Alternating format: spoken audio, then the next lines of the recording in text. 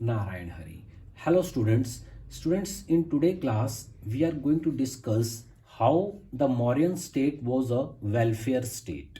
मौर्यस के टाइम में मौर्यन स्टेट जो थी वो एक वेलफेयर स्टेट थी. तो वो मौर्यन स्टेट वेलफेयर स्टेट कैसे थी, ये पॉइंट हम लोगों को आज की क्लास में डिस्कस करना है. तो before we start this Mauryas welfare state we must know what is a welfare state. तो मौर्य को एक वेलफेयर स्टेट डिफाइन करने से पहले हमें पता होना चाहिए कि what is a welfare state. एक स्टेट को हम वेलफेयर स्टेट कब बोलते हैं. तो what is a welfare state? where the government protects and promote the social and economic interest of its people. जब गवर्नमेंट अपने लोगों के सोशल और इकोनॉमिक इंटरेस्ट को प्रोटेक्ट भी करती है, उनके सोशल इंटरेस्ट क्या हैं, उनके इकोनॉमिकल इंटरेस्ट क्या हैं, उनको प्रोटेक्ट भी करती है और साथ साथ उनको प्रमोट भी करती है, उसके साथ साथ उनको इक्वल अपॉर्चुनिटीज प्रोवाइड करती है for their progress, then we can say that it's a welfare state. तो मौर्यस की स्टेट को हम लोग डिक्लेयर करते हैं कि that was a welfare state. But ये वेलफेयर स्टेट ये बना कैसे, कि how Mauryas made their state welfare state. अब दूसरा क्वेश्चन ये आता है कि मौर्यस ने अपनी स्टेट को एक वेलफेयर स्टेट बनाया कैसे. तो उन्होंने इसको वेलफेयर स्टेट बनाया अपने एडमिनिस्ट्रेशन से. और एडमिनिस्ट्रेशन वो कैसे दे पाए, उन्होंने उसको पहले नेशनल इंटीग्रेशन किया, कंट्री को पूरा नेशनली इनको इंटीग्रेट किया, यूनिफाइड किया कंट्री को. क्योंकि मौर्यस के टाइम में when Chandragupta Maurya, as we know that Chandragupta Maurya was the founder of Mauryan dynasty, and before this there was the rule of Nanda dynasty. तो नंद डायनेस्टी ने भी इंडिया को कन्वर्ट किया था, रूल किया था. But their rule was what, their rule was autocratic rule. They did rule only for their own welfare but not for the welfare of the people. That's why Nand state को हम लोग welfare state नहीं बोल सकते, rather that was an autocratic state जहां पर लोगों का एक्सप्लॉयटेशन होता था. दूसरा, before the rise of Chandragupta Maurya north west में अलेक्जेंडर के अटैक हुए थे. तो अलेक्जेंडर ने वहां पर जो छोटे स्टेट्स थी उनको यूनिफाइड किया था, और मगध के एरिया को भी नंद ने कहीं ना कहीं नंद रूलर्स ने यूनिफाइड किया हुआ था. तो उस यूनिफिकेशन का, अलेक्जेंडर की यूनिफिकेशन का, मगध के यूनिफिकेशन का, नंद वंश ने जो उसको यूनिफाइड किया था, कहीं ना कहीं चंद्रगुप्त मौर्य को बेनिफिट मिला. और उस बेनिफिट को उन्होंने पूरी प्रॉपरली यूटिलाइज किया, एक गुड एडमिनिस्ट्रेशन दिया अपने पीपल्स को, क्योंकि उनका सोल एम उनका सिर्फ एक था कि to give welfare to their people. और इसीलिए वो अपनी स्टेट को एक वेलफेयर स्टेट बना पाए. तो उन्होंने जो नेशनल इंटीग्रेशन किया, तो Chandragupta Maurya ruled from Bengal in east में बंगाल से लेकर हिंदू कुश माउंटेन्स तक वेस्ट में, और from Himalayas in north to Mysore in south beyond Narmada and Vindhyachal mountains उन्होंने रूल किया था. तो उनका जो चंद्रगुप्त मौर्य का जो एरिया था that included Kabul, Herat, Kandahar, Balochistan, Punjab, UP, Bihar, Bengal, Kathiawar, Gujarat. तो एक्सेप्ट हम लोग बोल सकते हैं कि डीप साउथ का जो एरिया था, चोल, चेरा, पांड्या, उस एरिया को चंद्रगुप्त मौर्य ने कन्वर्ट नहीं किया था. अदरवाइज अशोका मौर्यन के टाइम में कलिंगा भीम के अंडर में था, और तोसाली वहाँ का कैपिटल थी, वहाँ का जो इंपॉर्टेंट रीजन जो था. तो इस तरह से हमने देखा कि चंद्रगुप्त मौर्य ने पूरी कंट्री को कन्वर्ट किया था, नेशनल कंट्री को यूनाइट कर दिया. और यूनाइट जब कर दिया तो वो उस वजह से वो कंट्री को एक वेलफेयर स्टेट दे पाए.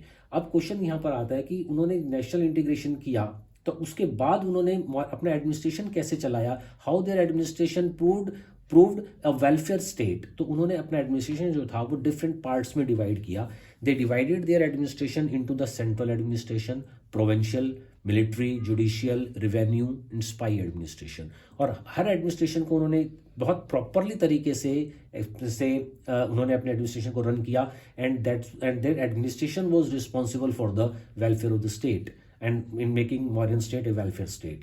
So first of all that was the central administration. तो central administration was under the king. और जैसे कौटिल्य ने बोला भी है कि king and council of minister are the two wheels of a cart. और वो कार्ट जो है वो स्टेट है. तो कौटिल्य का किंग और दूसरा काउंसिल ऑफ मिनिस्टर, इन दोनों के कॉपरेशन से उन्होंने अपने सेंट्रल एडमिनिस्ट्रेशन चलाया. There was a council of state and council of ministers.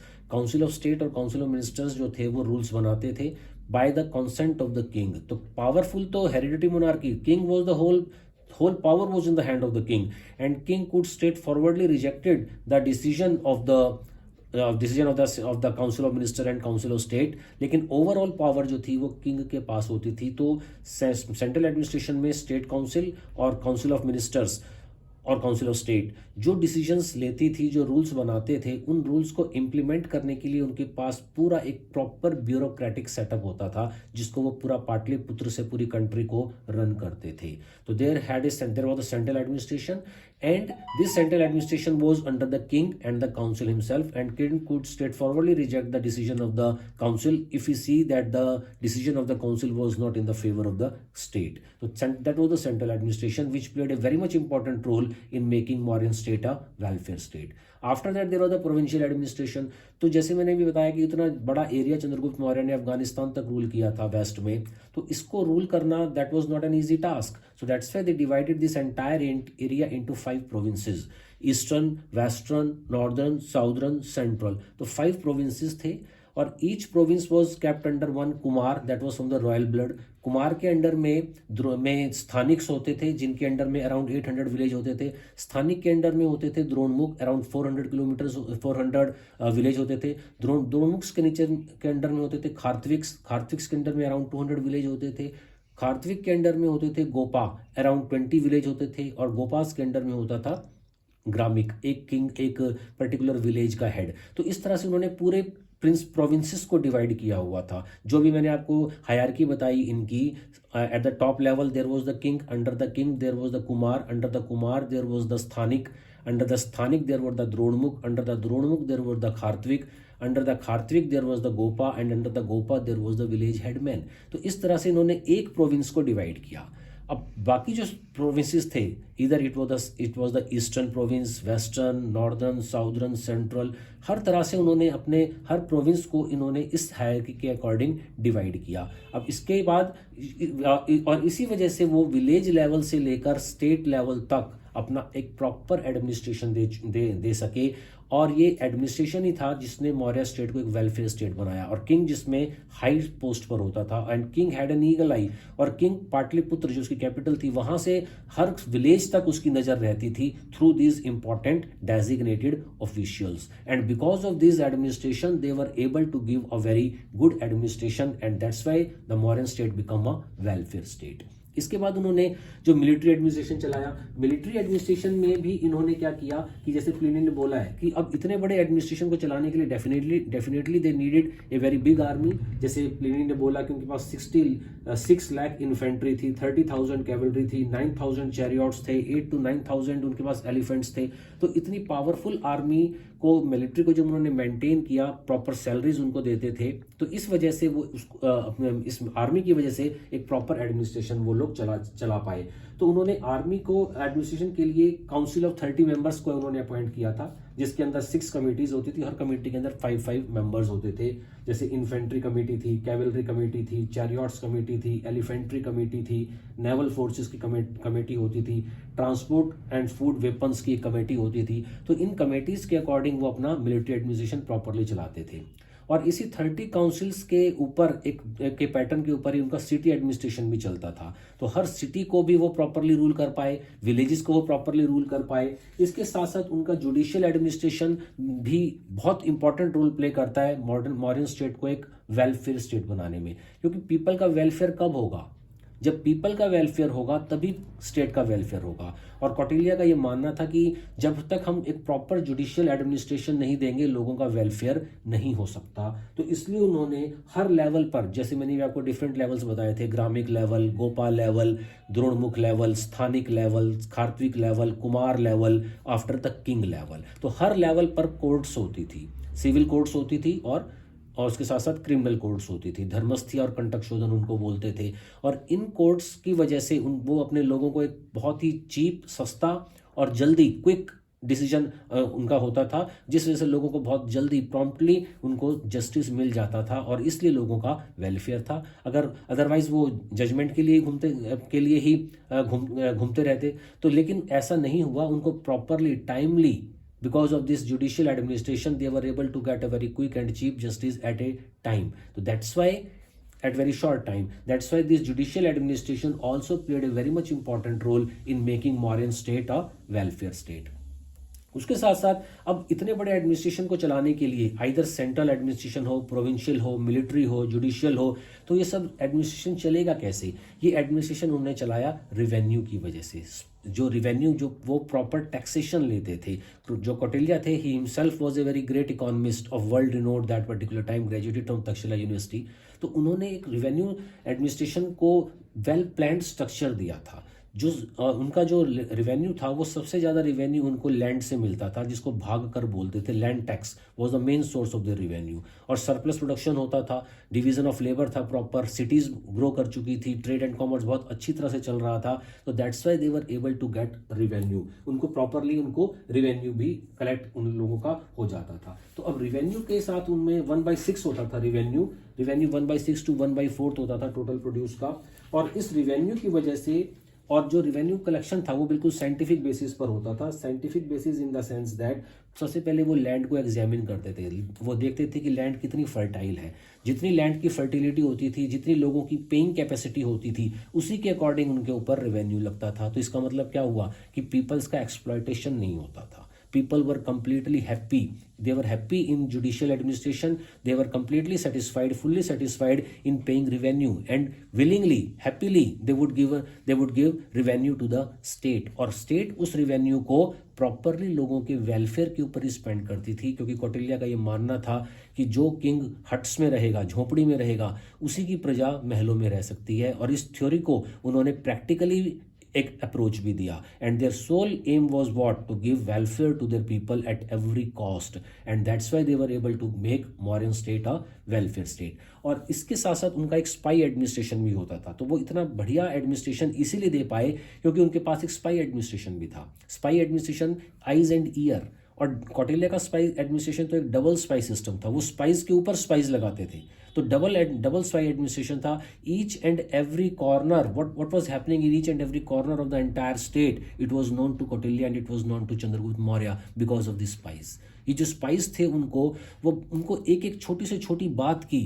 Information उनको प्रोवाइड करवाते थे। और इस वजह से वो पाटलिपुत्र में बैठकर पूरी कंट्री को, अफगानिस्तान तक, चोलचेरा पांड्या का साउथ डीप का एरिया छोड़ दीजिए, वहां तक, और कलिंगा तक, बंगाल, बिहार, इतना एरिया उन्होंने जो कवर कर लिया because of this spy administration. तो that's why we can say that the administration that was given by the Mauryas was the spinal cord in making this state a welfare state. तो यहाँ तक हमने देखा कि ये उनके इंपॉर्टेंट पॉइंट्स थे जिनकी वजह से उनका एडमिनिस्ट्रेशन एक वेलफेयर स्टेट उनकी बनी। Now we are going to discuss another important point which is known as the Ashoka dhamma. Ashok ने एक नया धर्म बनाया। नया धर्म in the sense that was free, वहां पर रिलीजियस टॉलरेशन होती थी। अब जो नया धर्म अशोक ने बनाया after winning the Kalinga war, Ashoka was completely changed. Ashoka was full of remorse. Ashok ने इतनी डेड बॉडीज देखी कि अशोका का जो एम जो था, initially Ashoka wanted to conquer the entire world. His aim was what, bheri ghosha से उसका अब जो एम था वो चेंज हो गया, वो, एंड नाउ इट बिकम धम्म घोष। तो उसने अब एक नया धर्म बनाया, और उस धर्म में कुछ नया नहीं था, सिर्फ जो बाकी जो एग्जिस्टिंग रिलीजन्स थे उन सब के गुड पॉइंट्स, प्लस पॉइंट्स उसने लिए, और वो सब पॉइंट्स उसने, अशोका ने उसके अंदर रखे। और उसने बोला कि व्हाट इज द एग्जैक्ट धर्म। एग्जैक्ट धर्म होता क्या है? हमें सिर्फ कस्टम्स को, ट्रेडिशंस को आंखें बंद करके नहीं चलना, फॉलो नहीं करना है, दैट इज नॉट द धर्म। उससे तो एक धर्म की मोनोपोली हो जाती है, और वो मोनोपोली हम लोग लेटर वैदिक एज में देख चुके थे, जिसकी वजह से हिंदुइज्म का डाउनफॉल भी हो गया था। तो अशोका ने लोगों को फ्री छोड़ा और बोला कि आप कोई भी रिलीजन फॉलो कर सकते हो, इधर that could be Hinduism, Brahmanism, Buddhism, Jainism. चंद्रगुप्त मौर्य ने खुद जैनिज्म को फॉलो किया, अशोका ने बुद्धिज्म को फॉलो किया। तो लोगों के ऊपर कोई बंदिश नहीं थी, उनके ऊपर कोई फोर्स नहीं था कि you are force to follow this particular religion. और अशोका का रिलीजन क्या था? Love to your youngsters, respect to your elders, respect to your and love to your neighbours. तो एक ह्यूमैनिटी बेस्ड उसका रिलीजन था, जिसमें उन्होंने किसी तरह की ट्रेडिशंस और कस्टम्स को फोर्सफुली फॉलो करवाने की कोशिश नहीं की। तो इस अशोका ने धम्मा में अपना पहला सेंटेंस अशोका ने यही दिया है कि all my people are my children. तो that was the parental theory of Ashoka and that was the Ashoka dhamma. और अशोका ने अपने इस धम्म को प्रोपेगेट करने के लिए कुछ ऑफिशियल्स भी अपॉइंट किए, जो धम्मा महामात्रास उनका डेजिग्नेशन होता था। And their aim was not only to propagate Buddhism, सिर्फ बुद्धिज्म को प्रोपेगेट नहीं करना। ये ठीक है कि अशोका ने बुद्धिज्म को फॉलो किया, और जो बुद्धा की लाइफ के इंपॉर्टेंट प्लेसेस थे, जैसे बुद्धा को ने कहाँ पर बुद्धा का जन्म हुआ, कब बुद्धा ने घर को छोड़ा, कहाँ बुद्धा को धर्म को ज्ञान की प्राप्ति हुई, वो सब जगह अशोका ने इंपॉर्टेंट पिलग्रिमेज के रूप में उनको फिक्स कर दिया, और लोग वहाँ पर जाते भी थे जिससे बुद्ध धर्म का स्प्रेड हो। और उसके लिए अशोक ने अपने ही sent his son and daughter Sanghamitra and Mahendra to other countries also to propagate Buddhism. Beside this he appointed dhamma mahamatras. अब ये धम्मा महात्रास जो थे वो बुद्धिज्म को तो प्रोपेगेट करते ही थे, उसके साथ साथ लोगों से मिलकर, बहुत कोऑपरेटिव वे में उनसे मिलकर, उनकी जो डे टू डे प्रॉब्लम्स होती थी, डे टू डे प्रॉब्लम्स को भी सॉल्व करते थे। अब जब डे टू डे प्रॉब्लम भी अगर उनकी किंग सॉल्व करवा रहा है, चाहे वो सोशल, पॉलिटिकल, इकोनॉमिकल, रिलीजियस, किसी भी फील्ड की हो, तो people become highly inclined toward Ashoka dhamma. और अशोका के टाइम में वायलेंस पहले जरूर हुआ, कलिंगा में वायलेंस हुआ, लेकिन उसके बाद Ashoka become completely non violent. Wars नहीं की अशोका ने उसके बाद, और कंप्लीटली पीस रहा, प्रोस्पेरिटी रही, भाईचारा रहा, कॉपरेशन रहा, ब्रदरहुड रहा। तो that is why Ashoka Dhamma also played a very much important role in making Maurya state a welfare state. Religious toleration की बात हमने की, Jainism, Buddhism, Brahmanism, people were completely free to go and adopt any of the religion according to their choice. और जब इतना कुछ वहाँ पर पीस, प्रोस्पेरिटी एस्टैब्लिश हो गई, उसके बाद ही कोई स्टेट आर्ट कल्चर की तरफ फोकस कर सकता है। जैसे पर्टिकुलर, जैसे मौर्यस के टाइम से पहले महाजनपद का टाइम था, 16 महाजनपद थे, और उस पर्टिकुलर टाइम में ज़्यादा वॉर और वायलेंस ज़्यादा होती थी। तो आर्ट और कल्चर का डेवलपमेंट उस टाइम में हम इतना नहीं देखते जितना कि हमारे पास आर्ट एंड कल्चर में डेवलपमेंट हुआ मौर्यस के टाइम में।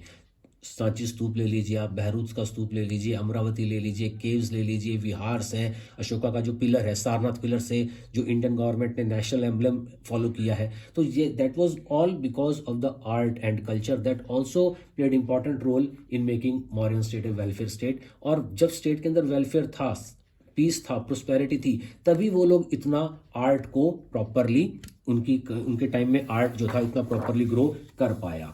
अब इसके साथ साथ हम कुछ इसकी लिमिटेशंस भी देखते हैं मौर्यस के एडमिनिस्ट्रेशन की। तो लिमिटेशंस इसमें कुछ ज़्यादा लिमिटेशंस नहीं है, और उनको हम ये भी बोल सकते हैं कि they were not the limitation. जैसे सिविरिटी ऑफ टैक्सेस तो था, तो severity of taxes was definitely there.